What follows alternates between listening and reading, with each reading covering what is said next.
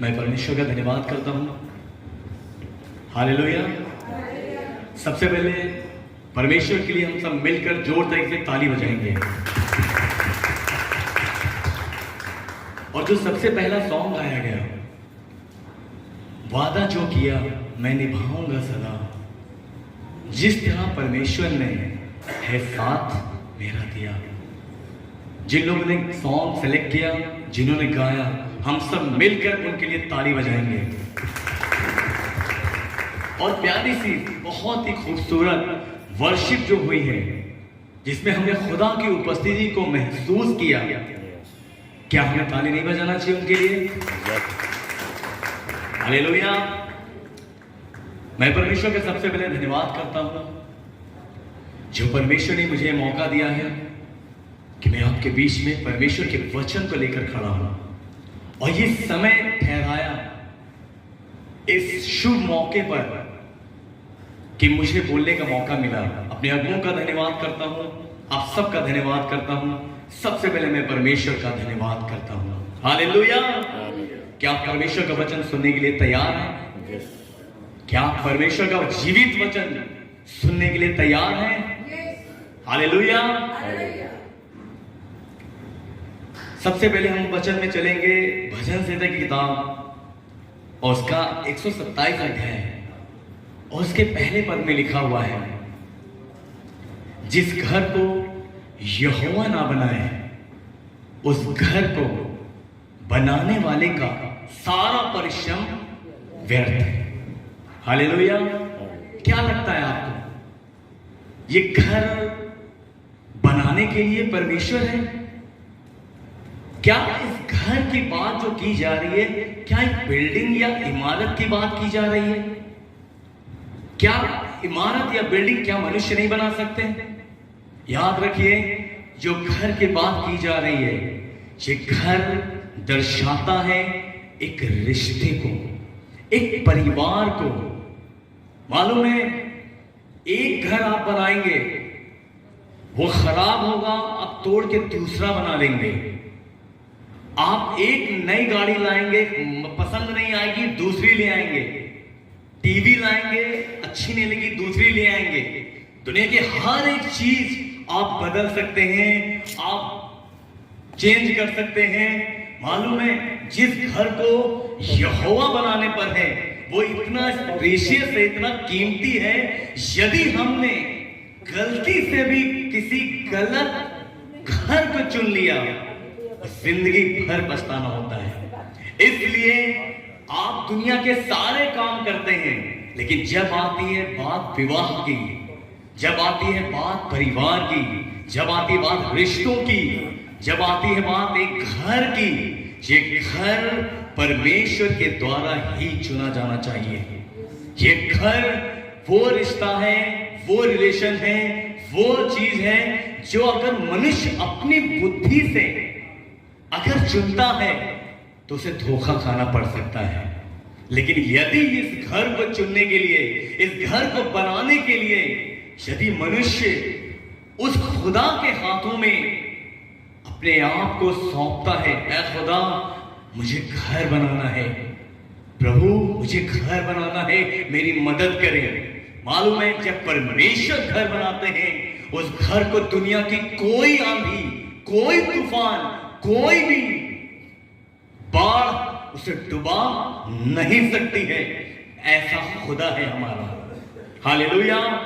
हम जब यहां इकट्ठा हैं, सच में एक शुभ मौका है, मंगनी है, सगाई है, एक शादी से पहले एक पहला पड़ाव है। क्या लगता है ये नॉर्मल चीज है? नहीं, एक बहुत ही गंभीर, बहुत ही स्पेशल, बहुत ही ध्यान देने वाली बातें हैं। ये वो चीजें जो हम यूं ही नहीं करते। ये पहला कदम अगर गलत पड़ गया, सारा कदम गलत होगा। इसलिए मैं प्रभु का धन्यवाद करता हूं कि खुदा के लोगों ने खुदा को पहले रखा और कहा है, खुदा तू मेरे घर को बना। Hallelujah, hallelujah, hallelujah. परमेश्वर ने सबसे पहले आदम को बनाया और कहा, उत्पत्ति 2 अध्याय उसके 18 पद में, यहोवा परमेश्वर ने कहा, आदम का अकेला रहना अच्छा नहीं है, इसलिए मैं आदम के लिए एक सहायक बनाऊंगा। किसने कहा बनाने के लिए? परमेश्वर ने। क्या कहा बनाने के लिए? सहायक बनाने के लिए कहा। जब भी बात आती है सहायक की, हम हमेशा सोचते होंगे कि सहायक मतलब एक छोटा हेल्पर जो हमसे थोड़ा नीचा हो, हेल्पर। जी नहीं, आप इब्रानी भाषा में अगर उस बाइबल को पढ़ेंगे तो जो सहायक शब्द यूज किया गया है इब्रानी भाषा में, उसका इब्रानी अनुवाद है एजेर, EZER।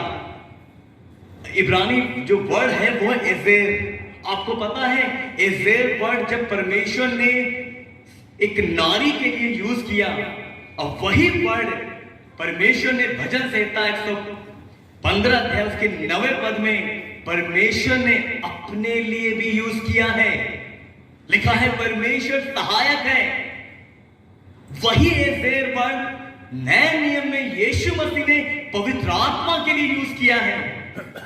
मालूम है, जो सहायक है कहीं भी किसी भी रीति से नीचा नहीं है।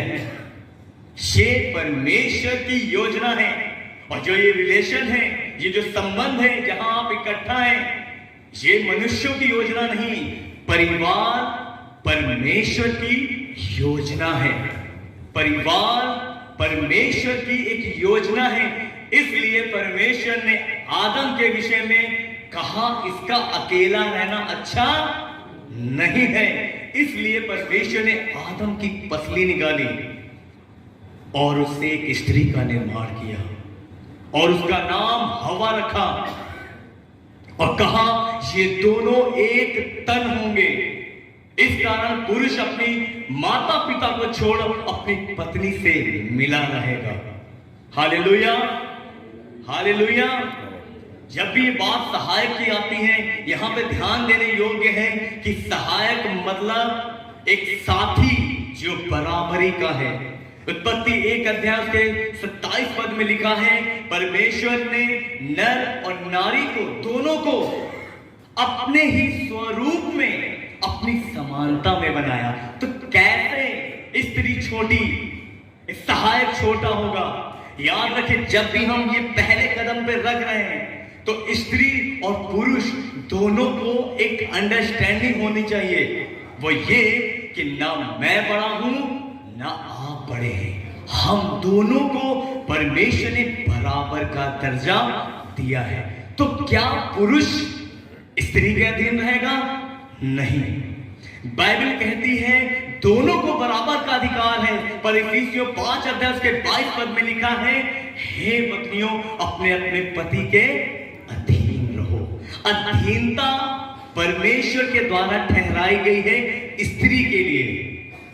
और लिखा है कैसे अधीन रहना है? जैसे आप प्रभु के अधीन हैं, यीशु के अधीन हैं, वैसे ही आपको अपने अपने पति के अधीन रहना है। तो क्या पुरुषों के लिए कुछ नहीं है? उसी के 25 पद में लिखा हुआ है, हे पतियों अपने अपने पत्नी से ऐसे प्रेम करो जैसे यीशु ने कलीसिया के लिए प्रेम किया और अपने आप को उस कलीसिया के लिए दे दिया। मालूम है, एक पत्नी को पति जो प्रेम करे वो ऐसे करे जैसे वो खुद को उसके लिए दे दे। कैसे यीशु ने हमसे प्रेम किया? अभी हमने गीत में सुना, वादा जो किया मैं निभाऊंगा सदा, जिस तरह मेरे परमेश्वर ने है साथ मेरा दिया। कैसे परमेश्वर ने साथ दिया? उसने अपनी जान देने तक हमारा साथ दिया है। वैसे ही इस समय, इस घड़ी के पहले पड़ाव में जब कोई पुरुष या स्त्री है, उन दोनों को ही समझना है कि पुरुष के लिए यह है कि जान देने तक अपने पत्नी के प्रति वफादार रहे, जैसे यीशु कलीसिया के प्रति वफादार हैं। Hallelujah, hallelujah. और ऐसे ही पत्नियों के लिए है कि वे भी अपने अपने पति के अधीन रहेंगी। कैसे? जैसे आप यीशु के अधीन हैं। सोचिए, इस तरह से जब अंडरस्टैंडिंग होगी जब एक पहला पड़ाव हम रख रहे हैं, यूं ही मंगनी नहीं हो रही है, आए मुंडी बनाया हो गया, नहीं। ये जो सेरेमनी रखी गई है, यहां दोनों को समझना है कि हमारी अब एक जिम्मेदारी बन गई है। वो ये, अब तक हमने पहले कैसा जिया, पुरुष ने कैसा जीवन जिया, स्त्री ने कैसा जीवन जिया। अब दोनों को एक ही तरीके का जीवन जीना होगा। वो जीवन है मसीह के वचनों के आधार पर। और मसीह का वचन कह रहा है, पुरुष को अपने पत्नी से जान देने तक मोहब्बत रखनी है, और पत्नी को अपने पति के अधीन रहना है।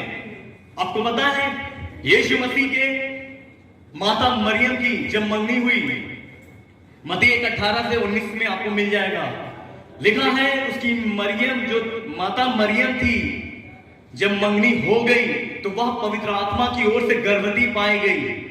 और जब यूसुफ को यह बात पता चली, लिखा है वो धर्मी था। कौन? यूसुफ। वो धर्मी था, इसलिए उसने चुपके से त्यागने का विचार किया।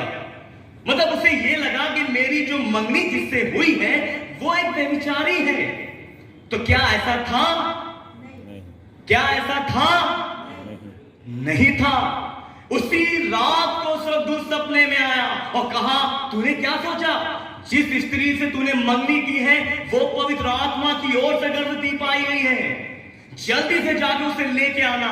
और मालूम है, यूसुफ अपनी पत्नी को अपने घर लाया, और आगे आप पढ़ेंगे, लिखा है जब तक उसने पुत्र को जन्म ना दिया वह अपनी पत्नी के पास ना गया। आपको क्या लगता है, शादी हुई, उसने कितना पेशेंस किया, कितना साथ दिया? एक प्रेग्नेंट लेडी को कितनी तकलीफ होती है, कितनी तकलीफ होती है, बहुत तकलीफ। उस यूसुफ ने अपनी पत्नी का जब तक पुत्र न जन्मा साथ दिया, हर कदम पे साथ था। पुरुष को ये समझना है, जैसे यूसुफ की मंगनी होगी और उसने उस पत्नी से जिसकी मंगनी हुई थी उसने उसका साथ दिया, कितना पेशेंस किया, और कितने कई महीनों तक उसके कहीं जाना होगा, डॉक्टर पास जाना होगा, कहीं ले जाना होगा, ना जाने कहां कहां जाना होगा, उसने साथ दिया। याद रखें, हो सकता है कि हमारे विचार कभी कभी आपके विचार से ना मिले, लेकिन याद रखिए, अब आप वो नहीं रहे जो पहले थे। अब आप एक नई जिंदगी की शुरुआत कर रहे हैं, और जो शुरुआत कर रहे हैं, आपका जो घर बनने जा रहा है वो घर मसीह रूपी चट्टान पर बनना चाहिए, तभी वो स्थिर रहेगा, नहीं तो ठहर जाएगा। यीशु मसीह ने मत्ती 7:24 से 27 में कहा, दो मनुष्य थे जिन्होंने घर बनाया, एक ने बालू पर घर बनाया, एक ने चट्टान पे घर बनाया। आंधियां आई, मेघ बरसा, बाढ़ें आई और उस घर से टकराई। जिस घर की नींव बालू पर थी वो गिर गया, सत्यानाश हो गया। और जिस घर की नींव चट्टान पर थी, वो आंधी, वो बाढ़ें, वो मेघ उस घर को हिला तक ना सकी। हालेलुया। इसलिए जब आप एक नया घर बनाने जा रहे हैं, याद रखिए, आपकी जो चट्टान होनी चाहिए, जो नींव होनी चाहिए, वो यीशु मसीह होना चाहिए, उसका वचन होना चाहिए। हर कदम, मान लीजिए कभी कभी होगा कि मेरे विचार आपसे ना मिले, आपसे कोई गलती हो, मुझसे कोई गलती हो, तुरंत ही याद रखना होगा, नो, अब मैं पहले जैसा नहीं रहा, अब मुझे मसीह के वचन के अनुसार नींव बनानी होगी, नहीं तो मेरा घर गिर जाएगा। मालूम है, कई सारे घर गिर गए हैं, बहुत से शादियां खत्म हो गई हैं, कारण उन्होंने अपना नींव जो चट्टान पे नहीं बनाया, अपना ईगो सामने लाए, अपनी बातें सामने लाए, अपना एटीट्यूड सामने लाए। याद रखिए, हम अपना ईगो एटीट्यूड नहीं ला सकते। अब आप मसीह के बंधन में बंध गए हैं, अब आपको मसीह के वचन के अनुसार चलना होगा। कभी कभी चीजें पसंद आएंगी, कभी नहीं पसंद आएंगी, फिर भी हमें मिलकर जुलकर आगे बढ़ना है। आपको आगे बढ़ना है, क्योंकि आप जो कदम रख रहे हैं वो मसीह रूपी चट्टान पे रख रहे हैं। और जब भी कभी लगे आपको कि अब ठीक नहीं हो रहा है, याद रखिए मसीह ने हमसे कैसा प्रेम किया, तुरंत आप सब कुछ ठीक लगने लग जाएगा, सब कुछ अच्छा लगने लगेगा, आपका रिलेशन सदा बना रहेगा। मेरी अंत में बस थोड़ा सा कहना ये चाहूंगा कि जैसे यूसुफ ने हर परिस्थितियों में सोचिए, उसने ये ना सोचा मेरे रिश्तेदार क्या कहेंगे, उसने ये नहीं सोचा मेरा परिवार क्या कहेगा, मेरे दोस्त क्या कहेंगे, तुमने ऐसी स्त्री ब्याह ली, तुमने ऐसी स्त्री ब्याह ली। उसने जमाने की परवाह नहीं की। किसके खातिर? खुदा के खातिर।